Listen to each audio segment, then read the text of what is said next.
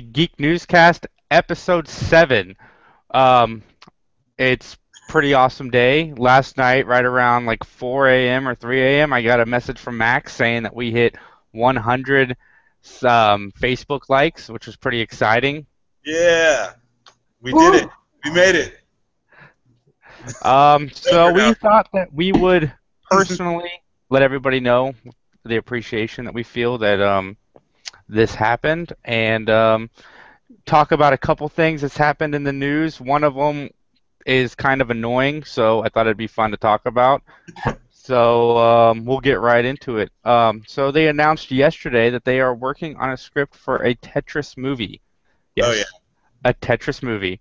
Um, I don't understand what this is about, but apparently it will be a sci-fi epic. Tetris will be a sci-fi epic. Max, you look like you're just chomping at the bit to say something, so what do No, you got? this is going to be wonderful, aren't you guys? I'm super excited to see this movie. I mean, I know all of the possibilities that they have. I mean, they have like 15 possible things they can do. They can move the L-shaped block this way, or they can move it that way. And yeah, it's going to be a good movie. Sometimes the square comes down. Philip? I think it'll have nothing to do with the video game at all. It'll just have some relation to Moscow and just be some crazy spy sci-fi thriller. If it's some sort of crazy reverse Red Dawn, that would be awesome. America invading Russia. Yeah, but we like float down in these little like On weird bricks. Oh, there you go. There you go. That's how you get the Tetris blocks involved. You turn them into planes.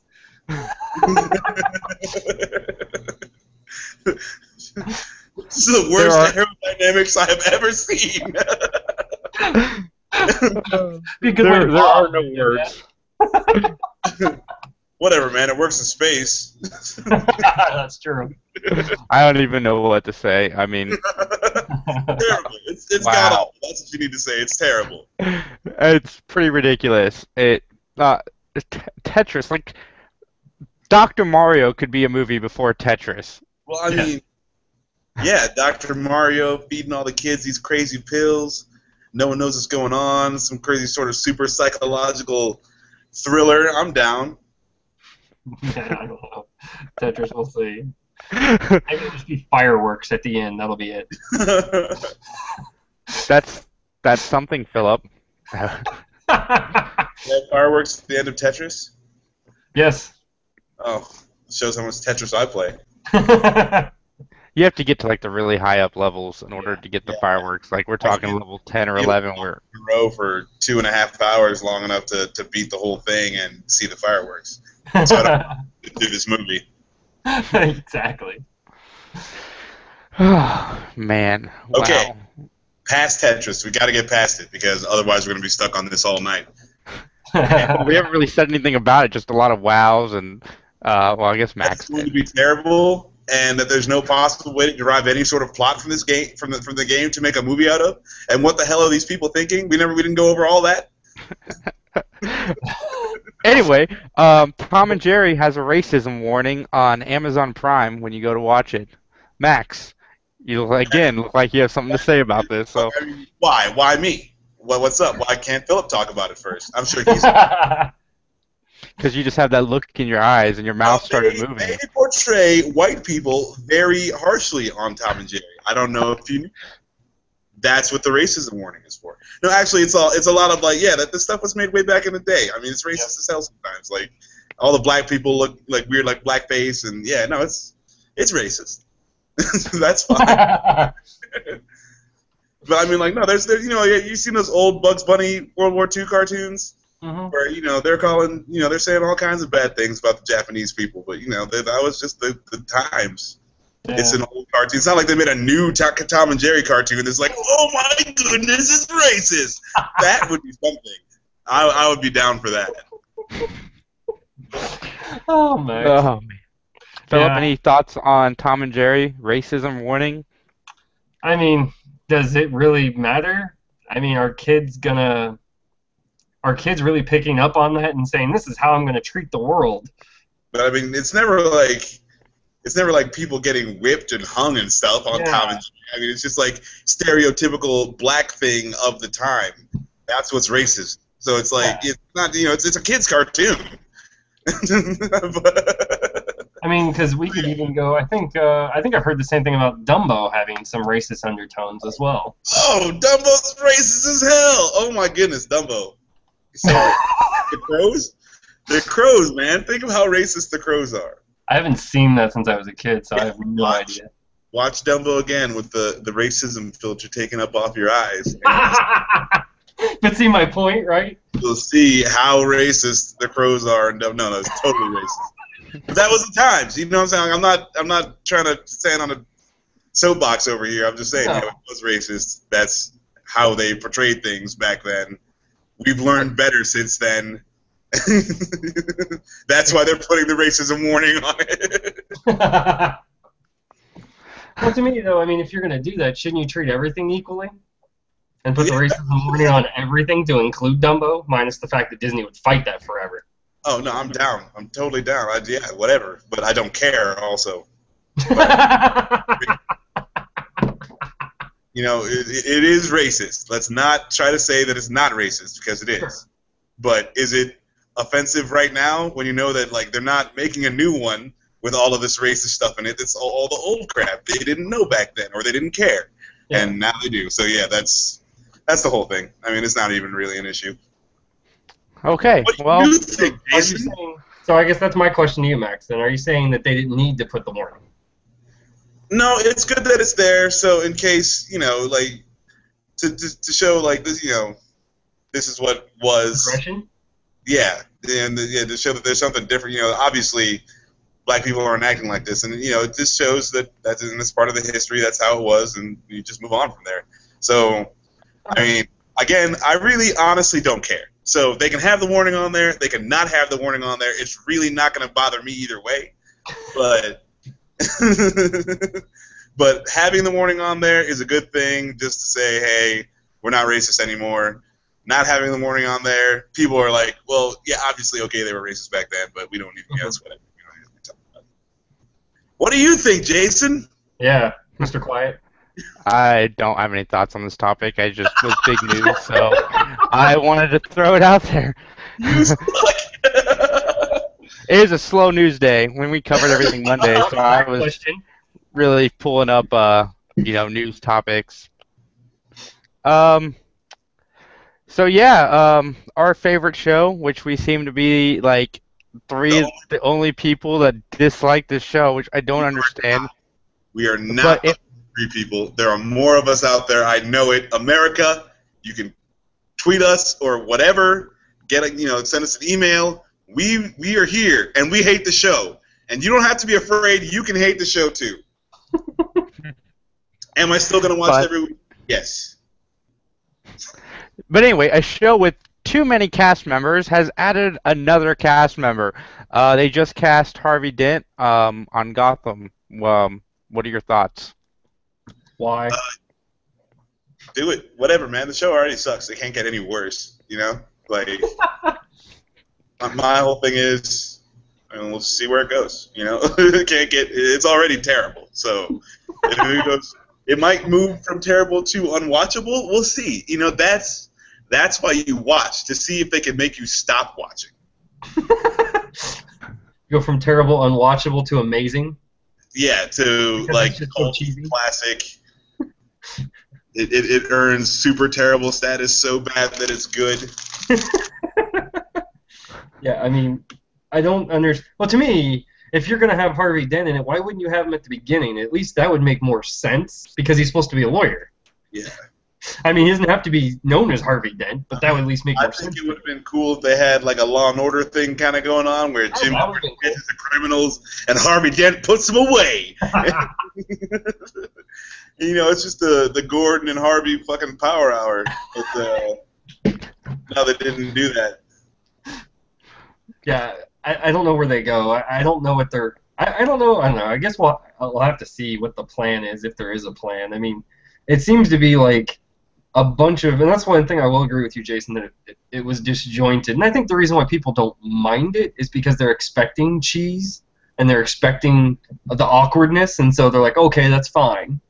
But my question's going to be, in about 3 more episodes, if it stays this way, I don't think people will accept it at that point, because then people are going to be like, well, am I supposed to just watch this in 15-minute increments and go, okay, that's part of an episode. Let me wait till next week. All right, there we go. Got another piece of an episode.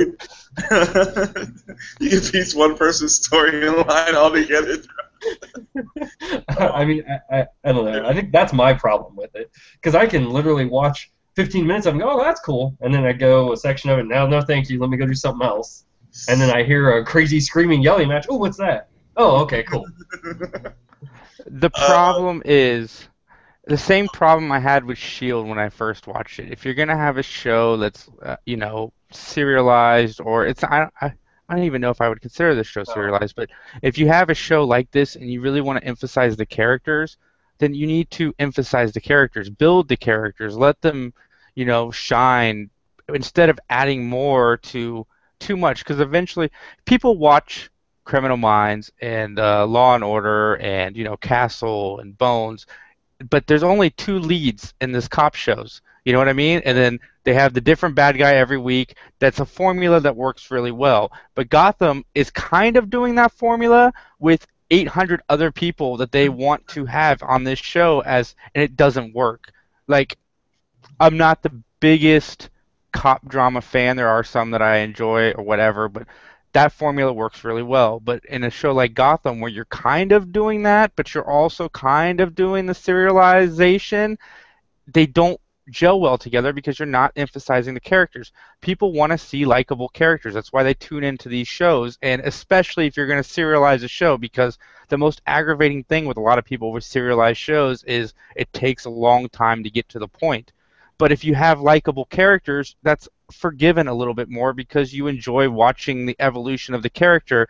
But when you have 300 characters and none of them are likable, like Shield was when it first started, you have issues, and that is where my problem lies with this show. And I know that a lot of people out there disagree with us, and I would really like it if anybody is listening, or when they do listen to this, please comment below or tweet us at Geek News 2014 and let us know why you like Gotham, because we would really like to know. We sincerely would.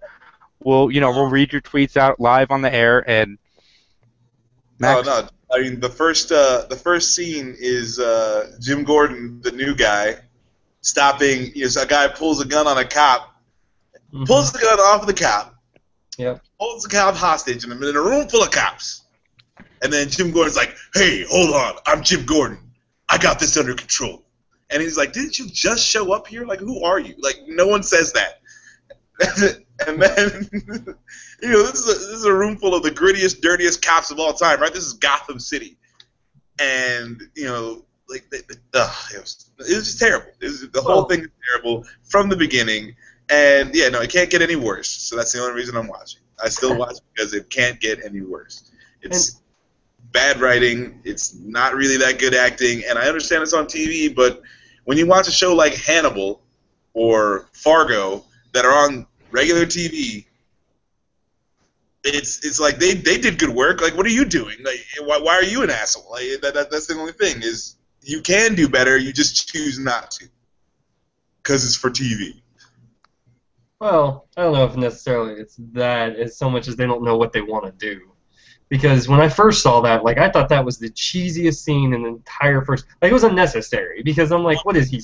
Totally. A superhero? Yeah. I mean, because if you took that from a realistic environment, regardless of the fact that most of the cops want to shoot the guy anyways, right? In that situation, that's probably likely to happen, that somebody's going to get shot, that somebody's going to shoot the guy, because what are the odds that you're actually going to be able to calm the guy down and actually talk him down? And to me, I thought that was the most unbelievable scene of the first episode. If he was like, wait, stop everything, I'm Jim Gordon, and then everyone looks at Jim Gordon, then pow, someone shoots that dude in the head, that would have been awesome. But then he couldn't be the Boy Scout. No, he would still be the Boy Scout because he was trying to stop everything, and then someone shoots the other dude in the head. I was like, oh, sweet, he got his attention. Blam! Well, see, that would have been interesting. Yeah, I do agree with you there. I guess that's too gritty for 8 o'clock.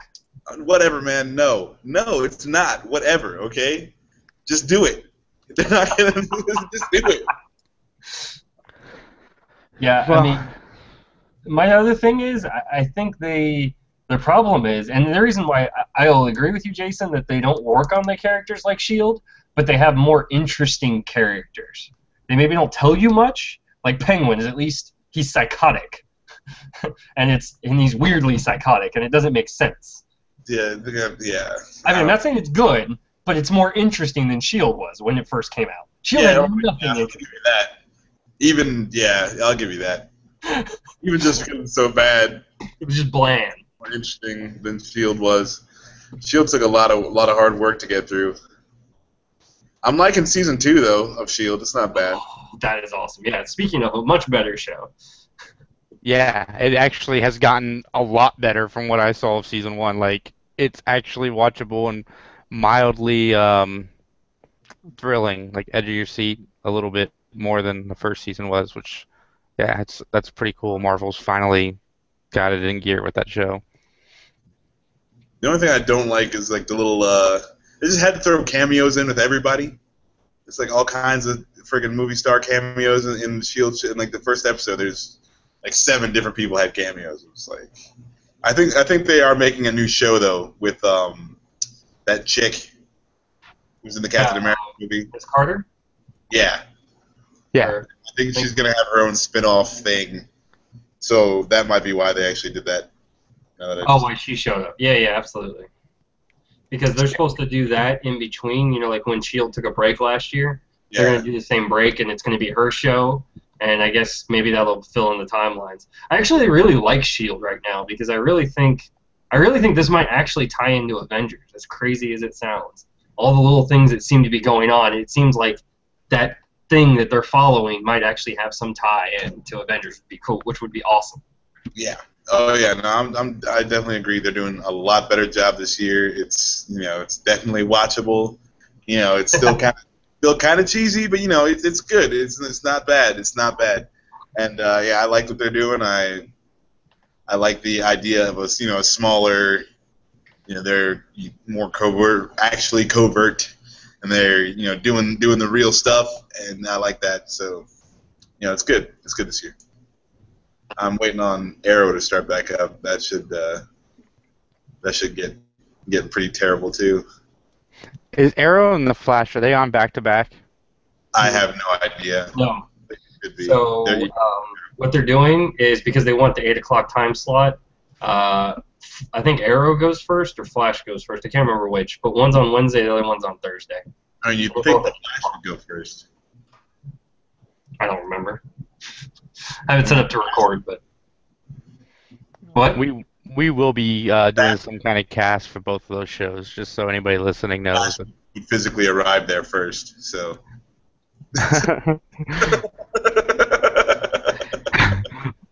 Nice. That's pretty geeky. So, Joke for the Hey. right cast for that, man. To go back on what you said, Max, about Hannibal, one of the things that I think has really helped Hannibal, it's NBC is desperate. They're so desperate because last year, I think, maybe the year before, they were beat by the Spanish channel Nice. on one of their nights, which is not good. Like, nothing against anybody, I'm not dissing it, but NBC is a network channel. Like, everybody gets that channel for free. NBC, ABC, CBS. So for you to lose to a channel that most people have to have, like, not even just basic cable or like regular cable, like, it's usually on a premiere package to beat. Like, that's crazy. So, they'll take more risks than the other networks will because they need. Well, I'm saying if the risks are working out, then why aren't other people like, well, hey, I mean, they're pushing the envelope. Let's get a little dirty. Let's get a little gritty. Let's have somebody shoot somebody in the head point blank. Let's just do it. Well, so I think what helps them also with Hannibal and why they're willing to swallow it is because it's half of the show is paid for by some Canadian broadcast company. And so they also get a piece of like distributing it. So I think that's the other reason why NBC is like, oh, well, it's half the cost of what it would be, right? Yeah. Well, call up some Canadians, get some money, write a good show, and put it on television. That's all I'm saying. I'll call up somebody in Canada right now. You gotta have an idea though. Whatever, man. Apparently, all you need is a Canadian broadcast company, a little desperation, and a 9 o'clock time slot. And then the last thing on our news for this week is Adam Sandler signed an exclusive deal with Netflix, meaning his next 4 movies that come out will be a Netflix exclusive. So my question regarding this is there a sequel in the works in this contract? Because I don't see how Netflix gains from this. I mean, Sandler has box office has gone downhill. I mean, he's still making money. Like his movies still generate a profit, but not like they used to. So, I understand why he signed with Netflix. He saw that his ship is starting to sink a little bit, and this Netflix thing helps. But I don't understand how Netflix benefits unless in the deal Adam Sandler has agreed to make a sequel to one of his bigger movies, which would and then bring more press to Netflix. Because whether Billy Madison 2 is any good, or Happy Gilmore 2 is any good, or The Waterboy 2, or Big Daddy 2, they're titles that are big enough, like Dumb and Dumber 2 and all these other sequels that are coming out soon, to generate enough buzz and curiosity that people are going to flock to Netflix to see the sequel, as opposed to another movie starring Adam Sandler and Drew Barrymore, or Adam Sandler and Rob Schneider. I don't understand. Like, you know, I just 4 original Adam Sandler movies. I don't think that's the deal. Maybe even a sequel to Hotel Transylvania, I think was a huge hit. Like, what are they doing? Like, It's gonna be set up like the Avengers. Okay, it's gonna be Billy Madison 2, leads into Happy Gilmore 2, which leads into The Waterboy 2, which leads into the ultimate Adam Sandler movie where he plays Happy Gilmore, Bobby Boucher, and Billy Madison in the same movie, and it's gonna be epic. And it's all gonna be connected. Maybe, because I saw that you mentioned the idea to me earlier, but now I'm kind of thinking about, unless this is an idea or an option for him to do something risky. I mean, from their perspective, if they know they're getting a sequel, right? Maybe that is part of the deal, and maybe he'll actually do something really good. I mean, okay, but have you seen the crap that they put on Netflix? Have you seen some of that crap? They don't care. Netflix is like, Adam Sandler's a big name. Bam. That's it. Sold. Because they don't care. Hold on. Make it for cheap. We'll put it on Netflix. It's easy. Yeah, but Netflix's original programming has been so far pretty strong. Have you seen some of their original programming? Not all of it is pretty strong. True. They're not all great. I will say that. Netflix has got a wide range. They've got some really good stuff.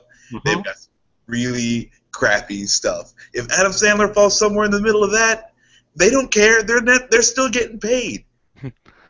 Yeah, I mean, to me, I think their perspective is if it gets them one new subscriber a day, just because Adam Sandler is now exclusively making new movies on Netflix, that makes them happy. Yep. But to me, his perspective has to be more than just he's going to make sequels. I don't know. Maybe unless it's that much of a cash grab. Well, like I said, it just makes sense that that's how Netflix, got the deal made. Adam Sandler, can he? He's 48 years old. Can he be like, that edgy guy? I don't think so, because he's not hungry anymore. The man is, I don't want to say has gotten lazy, but if you look at Adam Sandler's more dramatic stuff, he's pretty good in that. And if he would maybe do that a litlittle bit more and focus on that, he could do it. But just doing the same comedy over and over again is, I don't know. This whole Netflix deal doesn't really make any sense. I don't fully understand it. I don't understand what Netflix has to gain. I think it's a good move on both parts, because going straight to Netflix and having that deal allows you to do whatever you want, because they're Netflix and they'll just put it up. It's like, okay, well, this is not for children, and here it is on Netflix. And if it's good, it's bad, it's whatever, people are still going to watch it because Adam Sandler is still relevant. I mean, yeah, he's not what he used to be. He's definitely not as funny. But, I mean, who cares? He's still a big star. He's still a big name. And, if now all I need to do to watch the new Adam Sandler movie is get Netflix. That's way better than spending $18 at the stinking movie theater. This is very true for probably an awful movie. Yeah, for the consumer. But movies are good or bad, it's kind of irrelevant because people will watch it just because it's a new Adam Sandler movie and it's on Netflix.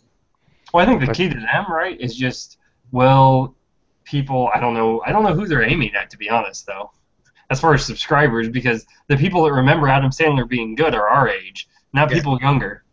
Well, the people younger like the Adam Sandler that's out now. That's why he still does well. I wouldn't say good, but does well and okay. He's still big enough to where it's a solid move. Yeah, no, I don't disagree with that. I think it brings in enough. It generates enough publicity or interest or whatever, and yeah, it's good for both parties because Adam Sandler can make the movie that he wants to make now, and maybe that is edgy, or maybe it's just dick and fart jokes. But it's whatever. It's what he wants to do, and yeah, no, I think that's fine.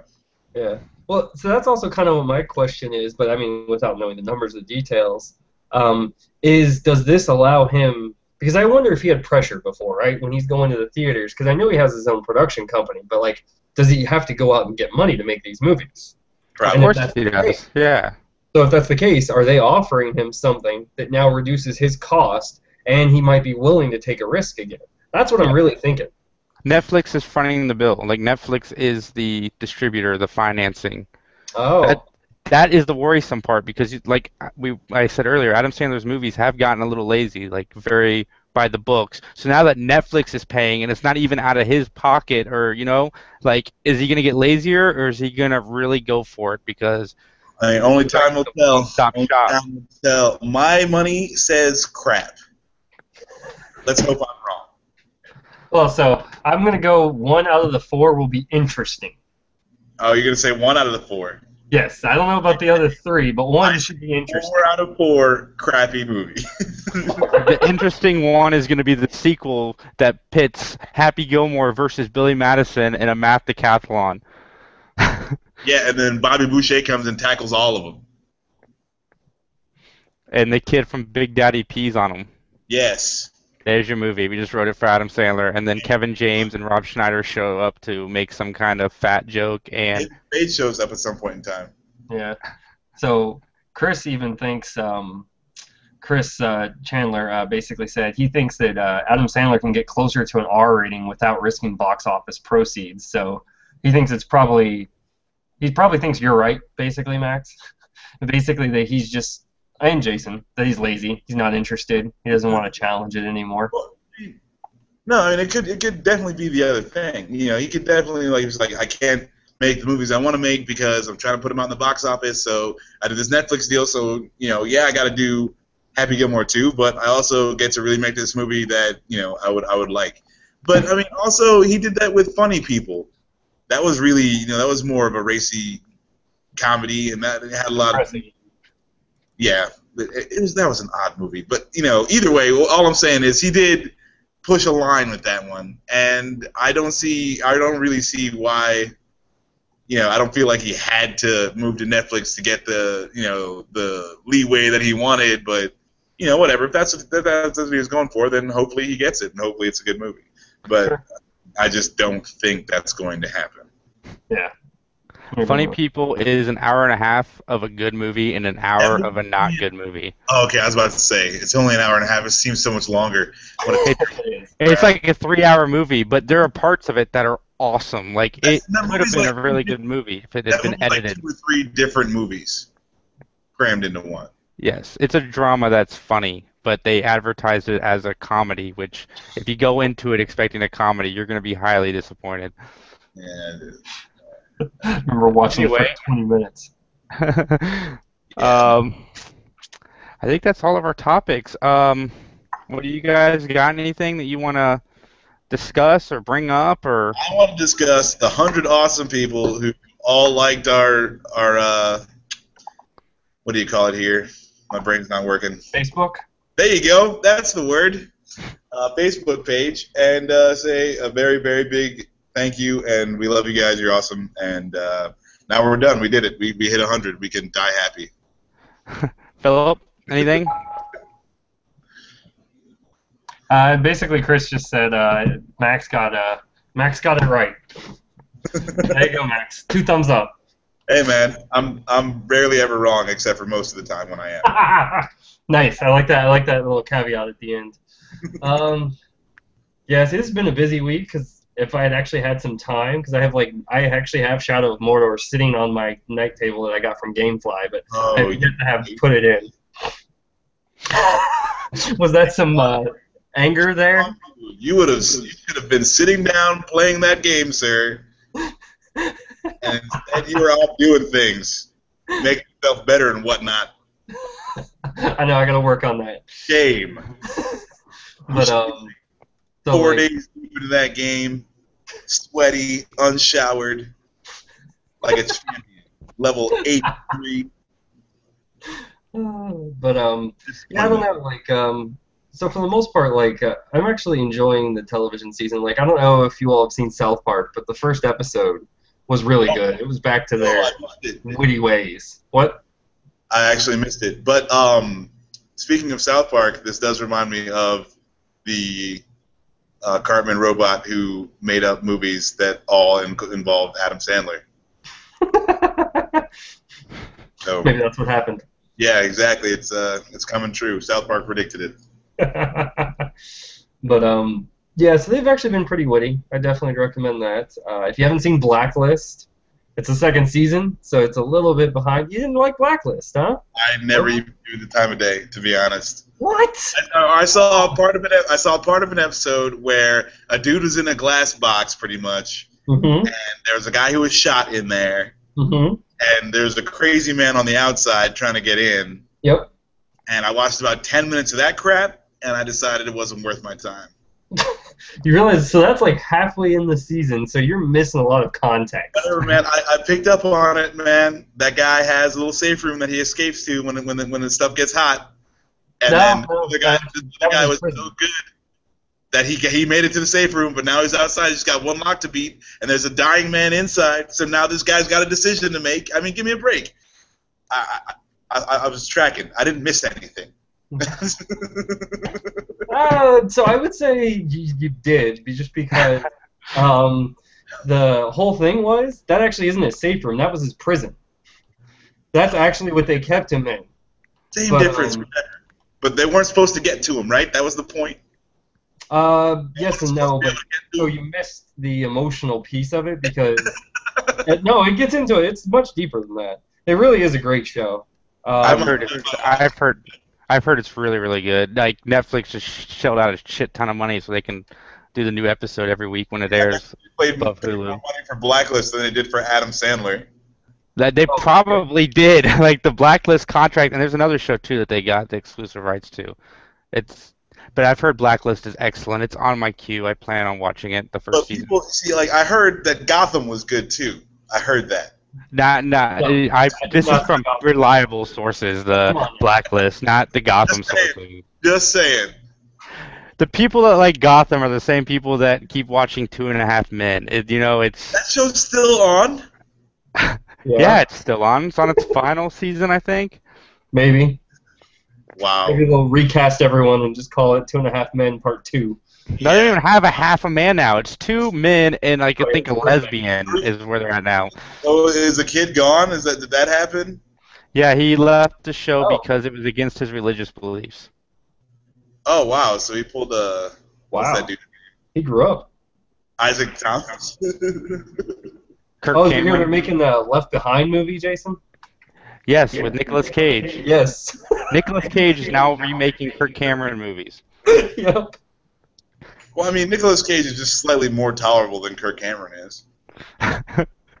So, I saw a clip from a Nicolas Cage movie from the 80s, I think, and oh my god, he is like one of the worst actors ever. Now, there's been stuff in that he's been serviceable or whatever, but oh my god. You guys see something good. Look up Kirk Cameron Saves Christmas. That's a new movie, right? Yeah. It looks pretty awesome. All right, Philip. We kind of went off on a tangent. other than like random tangents. I mean, I can keep going. Yeah, no. Other than Blacklist, I think that's really the only show that so far that's out right now. Other than like, yeah, Blacklist, Shield, of course, which we talked about. Um, South Park first episode was really good. Second episode was South Park, basically.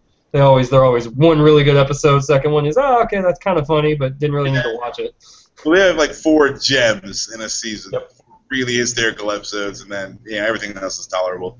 Yep. But no, it's always decently good. But they've been on for like what 15 or 16 seasons. Yeah, I think That's they're. Yes, I think it's on 16 now. 16, I think so. But yeah, I plan on seeing Gone Girl hopefully this weekend because I want to see this movie. It looks really, really good, and Ben Affleck's. Heard a lot of good things. Yeah. And there's Ben Affleck's got to be in a better movie than Runner before Batman comes out. So, Runner was pretty terrible. David Fincher is the right director. All the pieces are there. I hope it's as good as I've been hearing. But like Max said, I've been hearing good things about Gotham, and you see how that turned out. So anyway, my name is Jay. Max and Philip. We're with Geek News at the bottom of the screen. You can tweet us at Twitter, and just at the end at gmail.com. Email us. Check us out on Facebook. Please like and subscribe to our page so we can keep doing this. If there's anything that we do that you disliked, please email us and let us know so we can take the notes into consideration. And I speak for everybody when I say thank you for the 100 likes. And have a nice evening. We will see you Monday. We haven't decided for sure if we're going to do a live thing or not yet. We're still playing with this technology. Have a great night. Thank you. Hey, Philip, how strong is your kung fu? Beginner, sir. Whatever. At that point in time, you should have said that your kung fu is definitely stronger than my kung fu. Sorry, I missed that. It probably is, though. Last thing. Hopefully we'll have a Max Rants posted to YouTube, too, sometime next week. Man, are we doing that? I think I'm going to do Boba Fett first. I kind of touched on it, but I'm gonna give you guys a legit Boba Fett rant. Awesome. Sounds awesome. Well, that's suiting considering Boba Fett might be one of the spin-off movies, so that would be perfect. Decimating the Fett Man. All right, guys. Well, again, good night. Good night.